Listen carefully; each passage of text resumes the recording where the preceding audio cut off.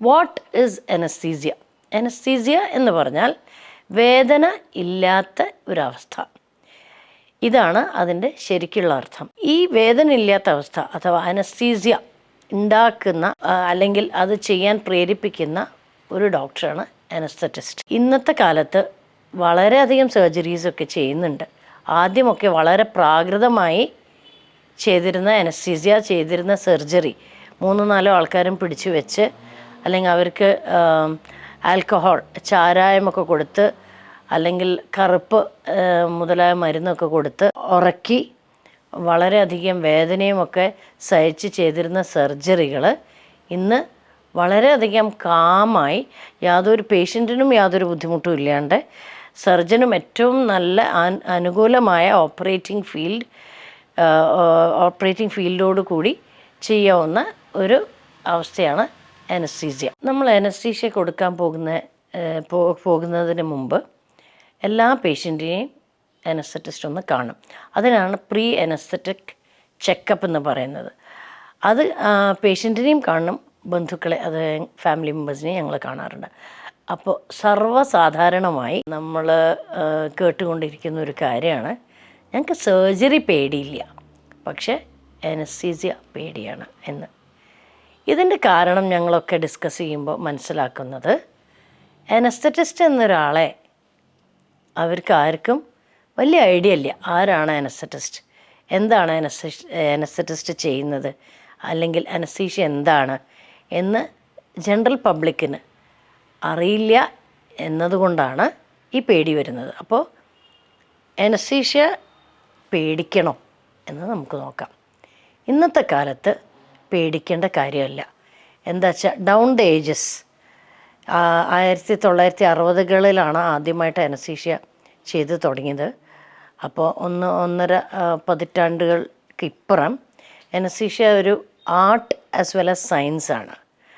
വളരെ ചെറിയ ഡോസുകളിൽ ഏറ്റവും നല്ല ഓപ്പറേറ്റിംഗ് ഫീൽഡ് കിട്ടി പേഷ്യൻറ്റിന് ഏറ്റവും നല്ല ഇഫക്ട്സും ഏറ്റവും മിനിമൽ ഡ്രഗ് യൂസേജസുമായി ചെയ്യുന്ന ഒന്നാണ് ഇന്നത്തെ അനസ്തറ്റിക് ടെക്നിക്ക്.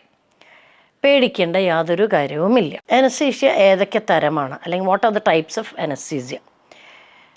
ബ്രോഡ്ലി ഇതൊരു 3-4 കാറ്റഗറി ആക്കാം.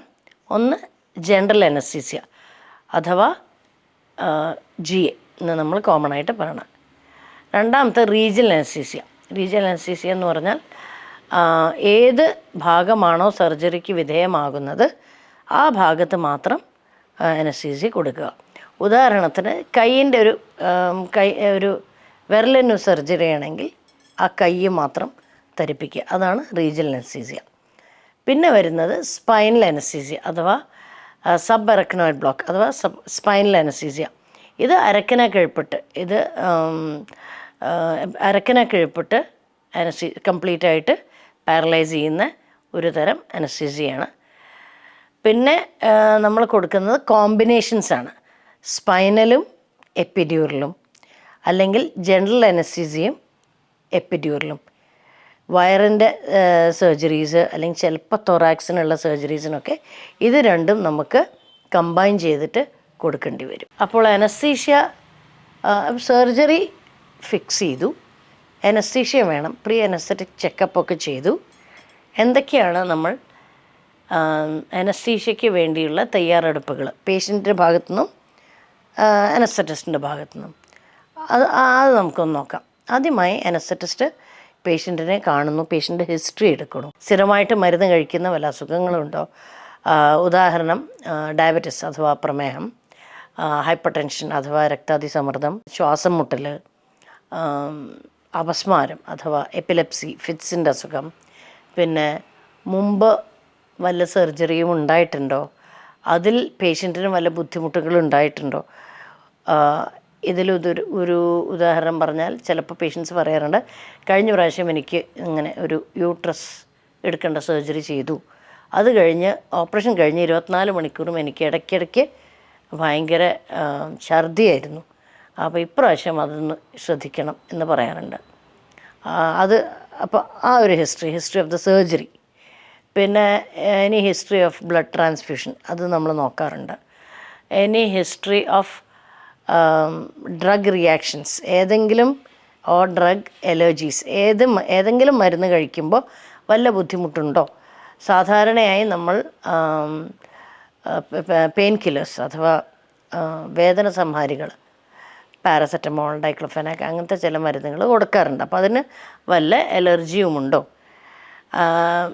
മുട്ട അങ്ങനത്തെ ഭക്ഷണത്തിനോട് വല്ല അലർജി ഉണ്ടോ? അതൊക്കെ നമ്മൾ ചോദിച്ച് മനസ്സിലാക്കാറുണ്ട്.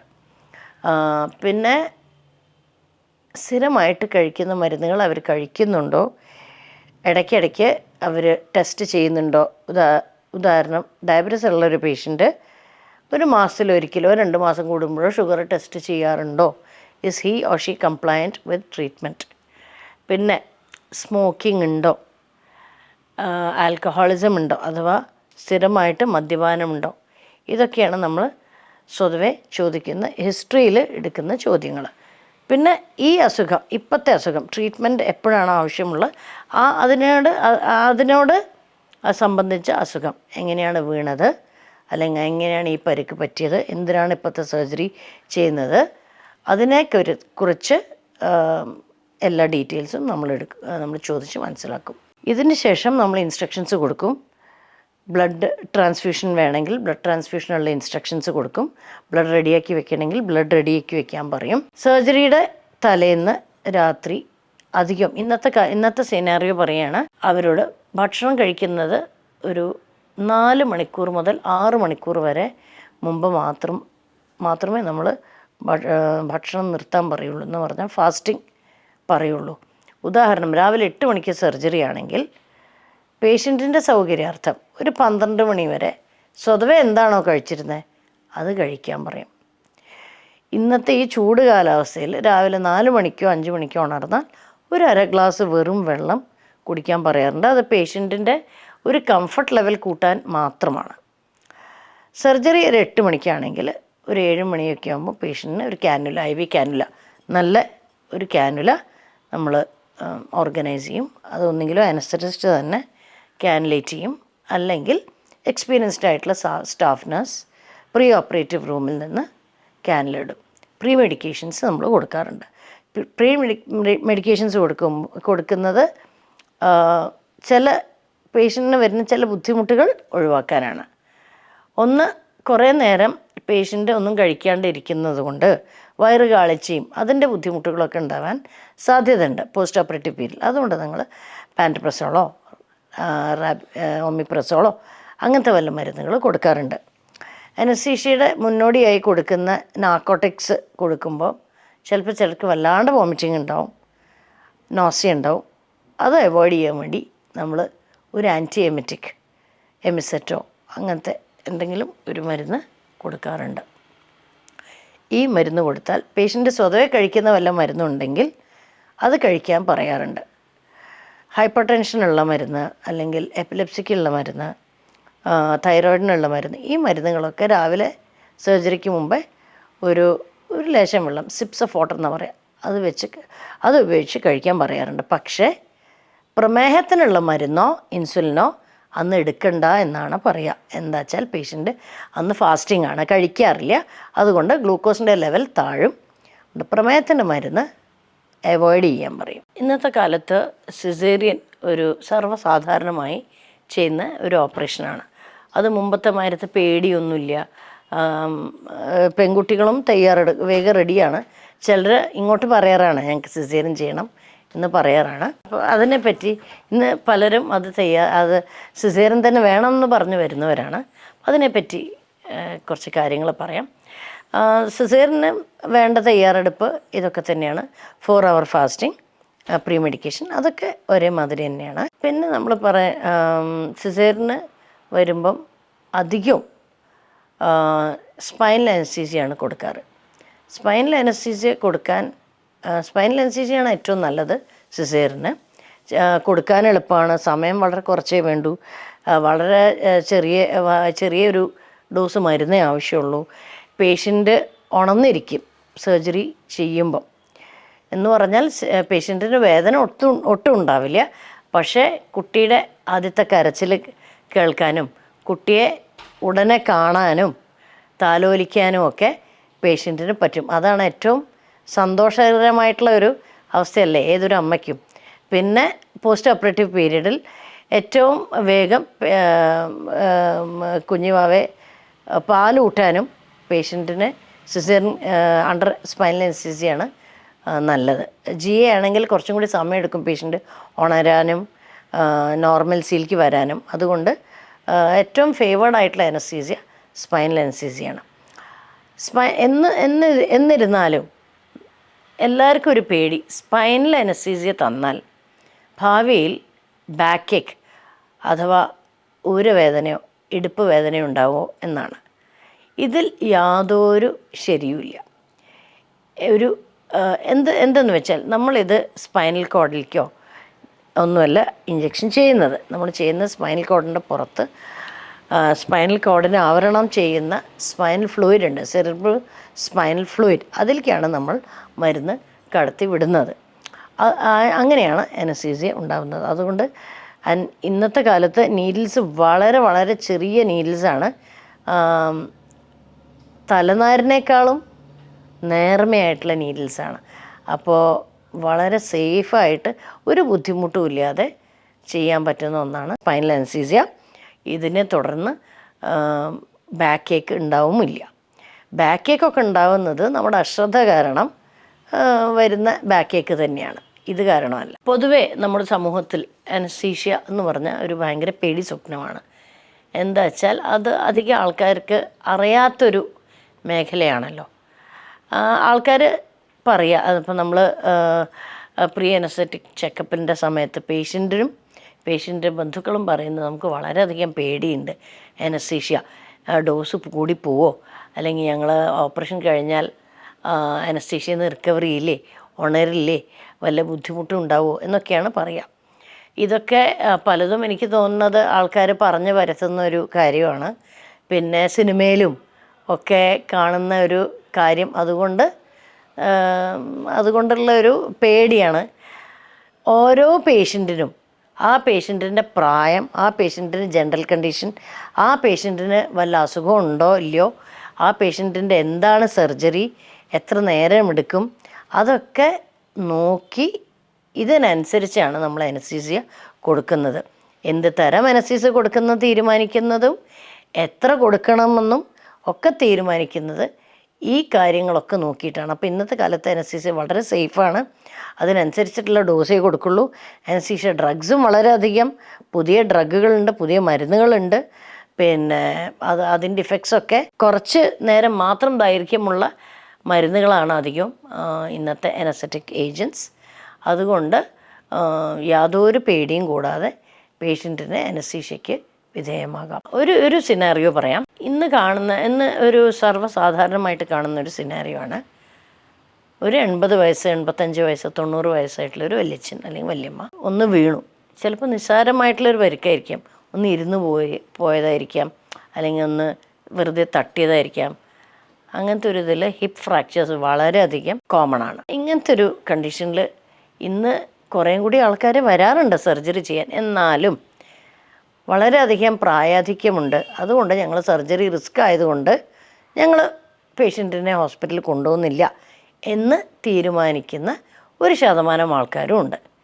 ഇത് തീർച്ചയായിട്ടും ആ ആളെ സംബന്ധിച്ചിടത്തോളം ഏറ്റവും വളരെ വളരെ വളരെ ദയനീയമായിട്ടുള്ള ഒരു കാര്യമാണ്. എന്തെന്ന് വെച്ചാൽ വല്ലാത്ത വേദനയാണ് ഈ ഒരു ഹിപ്പ് ബോൺ ഫ്രാക്ചറൊക്കെ ഉണ്ടാക്കുന്ന, അല്ലെങ്കിൽ എനി ബോൺ ഫ്രാക്ചർ വല്ലാത്ത വേദന ഉണ്ടാക്കുന്ന ഒരു കണ്ടീഷനാണ്.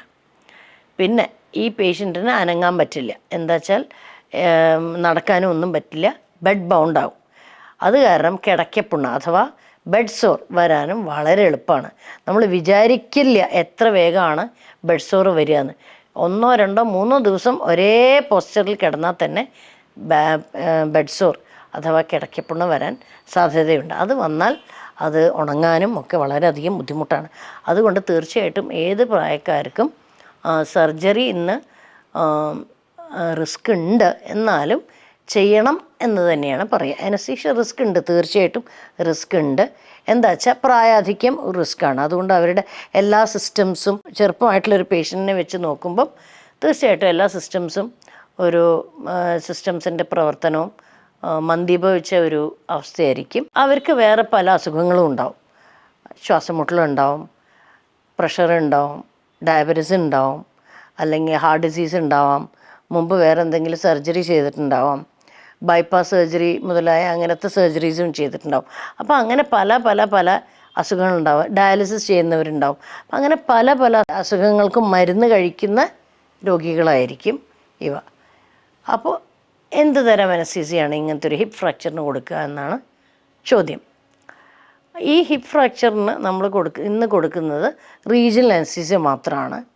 ആ ഭാഗം മാത്രം ബ്ലോക്ക് ചെയ്തുകൊണ്ട് വളരെ ഭംഗിയായി, വളരെ സേഫായി, സർജനും യാതൊരു ബുദ്ധിമുട്ടില്ലാത്ത രീതിയിൽ നമുക്ക് അനസ്തീസിയ കൊടുക്കാവുന്നതാണ്. മുഴുവൻ സമയം നമ്മൾ മോണിറ്ററിങ് ഓഫ് ദ പേഷ്യൻ്റ് ചെയ്യണം. ECG നോക്കിക്കൊണ്ടിരിക്കണം, കാർഡിയക് സ്റ്റാറ്റസ് നോക്കിക്കൊണ്ടിരിക്കണം, പോസ്റ്റ് ഓപ്പറേറ്റീവും നോക്കിക്കൊണ്ടിരിക്കണം. ബ്ലഡ് ഷുഗർ മോണിറ്ററിങ് ഞങ്ങൾ ചെയ്യാറുണ്ട്. പോസ്റ്റ് ഓപ്പറേറ്റീവ് വളരെ അഗ്രസീവായിട്ട് മോണിറ്ററിങ് ഞങ്ങൾ ചെയ്യാറുണ്ട്. അതുകൊണ്ട് തന്നെ ഇന്നത്തെ കാലത്ത് വലിയൊരു പ്രോബ്ലം ഇല്ലാതെ ഈ പേഷ്യൻസൊക്കെ സർവൈവ് ചെയ്ത് പോവും. 3ാമത്തെ 4ാമത്തെ ദിവസം ഫിസിയോതെറാപ്പിസ്റ്റ് വരും, എന്നിട്ട് ഇവരെയൊക്കെ നടത്തിക്കും. അതുകൊണ്ട് യൂസ്ഫുള്ളായിട്ടുള്ള ഒരു ജീവിതവും അവർക്കത് കഴിഞ്ഞിട്ടും അവരുടെ സ്വന്തം കാര്യങ്ങൾ ചെയ്തുകൊണ്ട് തന്നെ അവർക്ക് തുടർന്നുള്ള ജീവിതം നയിക്കാൻ പറ്റുമെന്നാണ് ഏറ്റവും സന്തോഷകരമായിട്ടുള്ള കാര്യം. Importance of fasting before anaesthesia. Fasting എന്ന് പറഞ്ഞാൽ 4 മണിക്കൂർ മിനിമം ഭക്ഷണമൊന്നും കഴിക്കരുത്, അഥവാ കട്ടിയായിട്ടുള്ള ആഹാരം കഴിക്കരുത് എന്നാണ് അർത്ഥം. എന്താ വെച്ചാൽ മിക്ക ആൾക്കാർക്കും 4 മണിക്കൂർ മതി സ്റ്റമക്ക് അഥവാ ആമാശയം ഒഴിഞ്ഞ് കംപ്ലീറ്റ്ലി എംപ്റ്റി ആവാൻ. അതുകൊണ്ടാണ് ഈ 4 മണിക്കൂർ എന്ന് പറയുന്നത്. നമ്മൾ അനസ്തീഷ്യയ്ക്ക് കൊടുക്കുന്ന മരുന്നുകൾ, ചിലപ്പോൾ പ്രത്യേകിച്ച് GAക്ക് കൊടുക്കുന്ന മരുന്നുകൾ കൊടുക്കുമ്പോൾ ചിലപ്പോൾ ആമാശയവും അന്നനാളവും തമ്മിലുള്ള ആ വാൽവ് തുറന്ന് ആമാശയത്തിൽ എന്തെങ്കിലും ഭക്ഷണം എന്തെങ്കിലും ഉണ്ടെങ്കിൽ അത് മുകളിൽ വന്ന് അത് കൂടി ശ്വാസകോശത്തിൽ കയറാൻ സാധ്യതയുണ്ട്.